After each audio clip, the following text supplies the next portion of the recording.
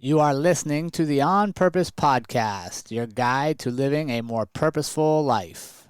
Welcome, everybody, to this week's edition of the On Purpose Podcast, where our mission is to brighten the days of people around the world by providing inspiring, thought-provoking, and purposeful content.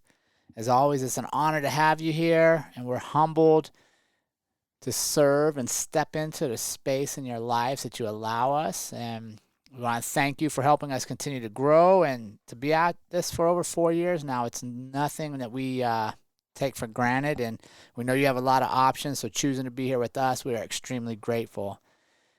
This week, I want to talk about kicking off July. I hope you had a good 4th of July if you're in the United States celebrating that. And I kind of want to start the month of July with a little reflection titled, Is This All There Is? Right? Is this all there is? Getting to the end of our days, our end of our lives, and looking back and going, man, is that all that life was supposed to be? I've heard somebody, I don't remember who it was, but somebody famous got to the end of their life, and I was like, what'd you learn was the question they were asked, and they're like, man, I thought life was going to be more fun. And that's just crazy to me, right? Like, this life is so short, and we get so caught up in the monotony of the day-to-day grind that we forget it's our one go. So as I was preparing for this, I thought, I'd be like, man, what are people saying? So here are the top 5 things nurses hear from people on their deathbed. Number 1, I wish I had the courage to live a life true to myself, not the life others expected of me. I wish I didn't work so hard. I wish I had the courage to express my feelings. I wish I had stayed in touch with my friends. I wish I'd have let myself be happier. And those are all true, right? Like, everybody wants that in their life. And as I'm doing this episode, Andrea and I are blessed to have come back and connected with a bunch of friends in our travels, and I was like, okay, I wouldn't say those things.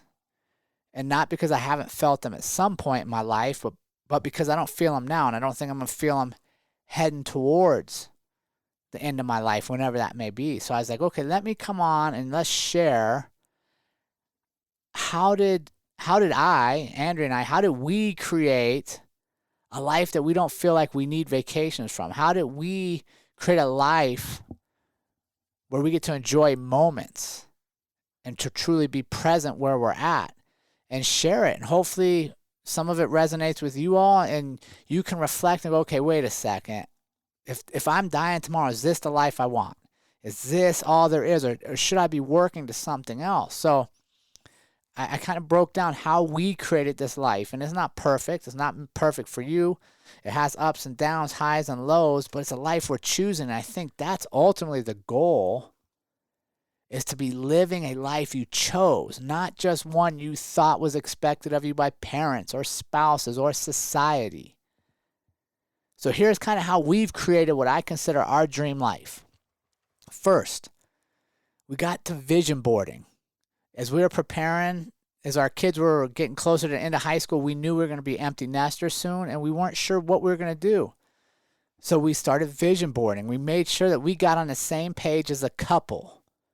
We identified our dreams, goals, and posted them in our bedroom so that every day we looked at them coming into and out of our room, so that we knew if we had to make decisions today on whether do I buy this thing or not, we'd look at that and be like, okay, it doesn't fit in the future plans. Do we need another thing, or do we need less things for more freedom?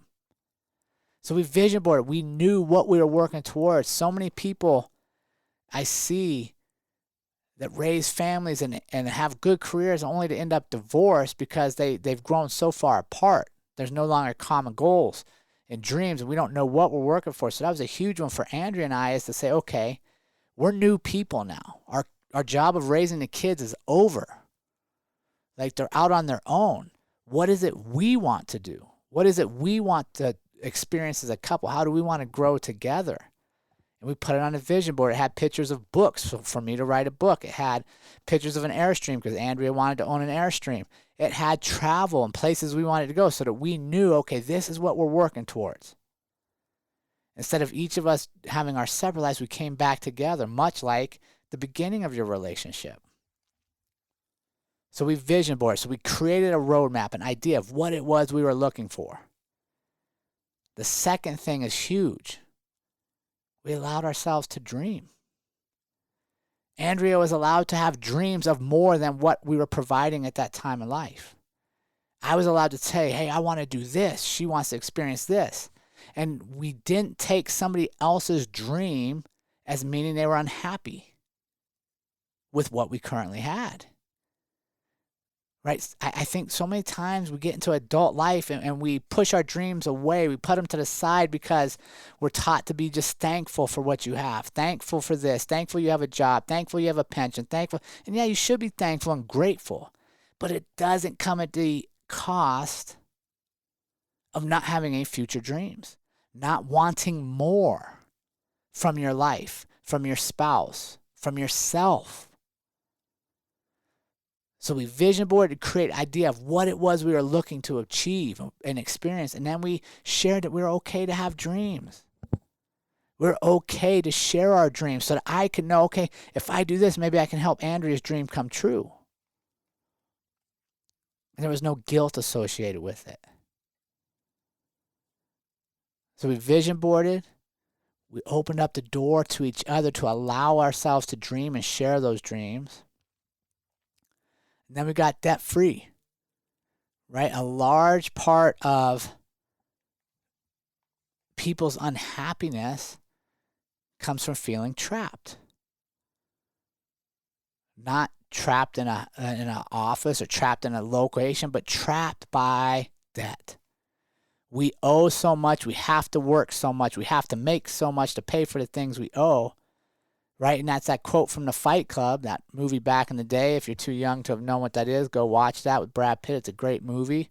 Seems very true nowadays, but back in the day, you're like, oh, this can't be real. Now I'm like, oh, it could certainly be real. That's another point. But in that movie, there's a quote that the things you own end up owning you.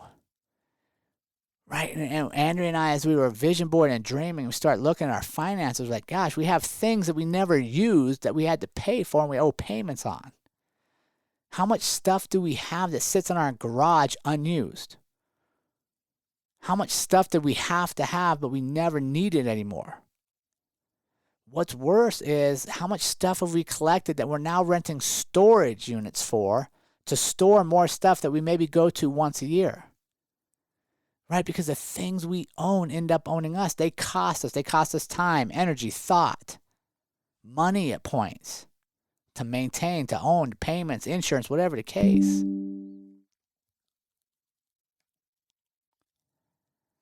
So we really worked hard to get debt free. So part of our vision board was downsizing our lifestyle so that we could get rid of the things we collected. We could have less stuff and exchange that for more experiences, more freedom to travel, to adventure, to work when we wanted to work, but that we didn't have to. We didn't have to work so many hours a week to maintain a lifestyle. We were free. So we worked hard. We created discipline for years to get us to a place where we didn't owe anybody anything so that we could open the doors of all the possibilities. And we didn't have to say, oh, I wish I could have done this. I wish I would have done that. But we couldn't because we were financially strapped. And we're not rich. We're not super wealthy. But we have very little outgoing expenditures because we've streamlined our life. So by not having to create much to pay our bills of life, was whatever you want to call those, ones that just come with just being alive, we've now freed up so much more time to do other stuff. So we vision boarded. We allowed ourselves to dreams and share our dreams. We were disciplined to create a debt-free life for ourselves. Then the last step that really worked for us was shifting our mentality. Shifting our mentality from life is against me. Why is this happening? Why now? I can't take anymore. To a philosophy of life is working for me. So, why is this happening? What can I learn? What am I being taught from this hardship? Coming up short in one of my goals or an experience I tried to have, a business I tried to run, a partnership that didn't work. That's not happening to me. That's happening for me. What was I supposed to learn? Oh, had success here. What am I supposed to learn? This moment right here, right now. What am I supposed to be learning? This has done us a couple things. It's allowed us to be much more present in the moments. If instead of looking past the moment, wondering why this is happening, I don't want this to happen, regretting it's happening, wishing it hadn't happened, we get to be present to say, okay, wait a second. Maybe this is a little physically uncomfortable. Maybe this is mentally uncomfortable. Maybe I'm having a difficult discussion. Maybe things aren't going the way I planned. But what am I supposed to learn?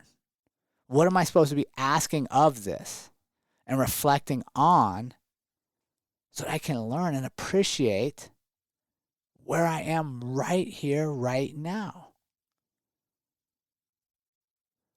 Right? Because if you think about those quotes we read from the nurses, a lot of them go back to being present. I wish I'd have been happier.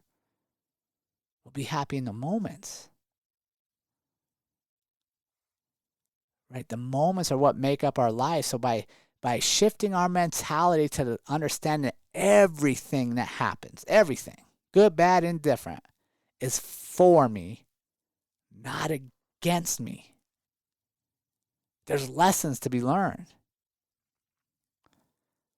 So we vision boarded. We created an idea of what it was we each wanted out of the rest of our lives together. We dreamed and shared our dreams and didn't associate any guilt with somebody wanting more than what we currently had. More experiences, more adventure, more travel, more love. We were disciplined and worked hard to become debt-free so that we didn't owe anybody anything, so we were free to make the choices we wanted to make.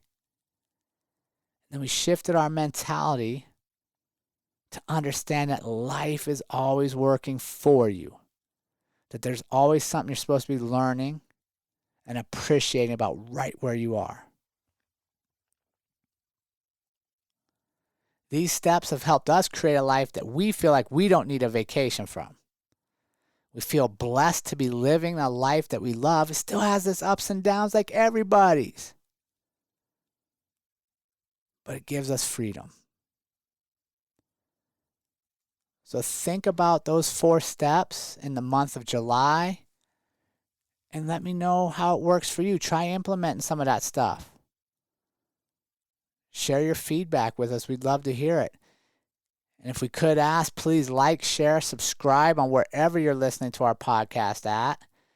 Make sure you hop over to YouTube. We put up a bunch of short clips on YouTube. And if you join us on Patreon, you get access to a lot of the video of our episodes, which is exclusive to our Patreon members.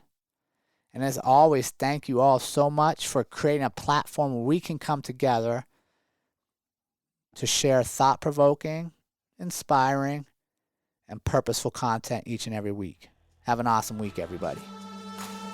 And remember, team, life is far too short to live any other way than on purpose. We will see you all again next week.